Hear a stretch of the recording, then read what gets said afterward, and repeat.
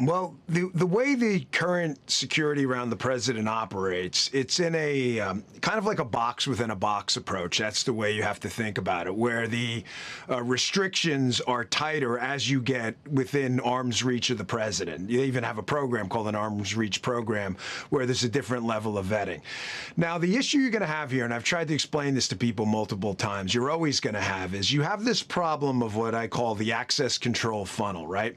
Access control is a component of security, but it's not security in and of itself. So if you have a ticket to a Yankees game, the ticket is your access control device, right? That's how you gain access. But it's not necessarily security. If nothing happens when you show said ticket and you're not patted down or whatever it may be, it's access control, but it's not security.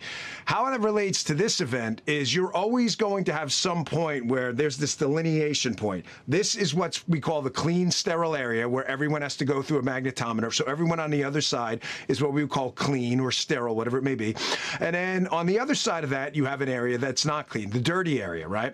That's where people are going to line up to get into an event. There's no way around that. At some point, you're going to have to say, this is the clean area and this is not. And you create that funnel because to get clean from the dirty area, you're going to have to be swept through that magnetometer. You're going to have to put your purse or your items or your cell phone on the table, and that takes time.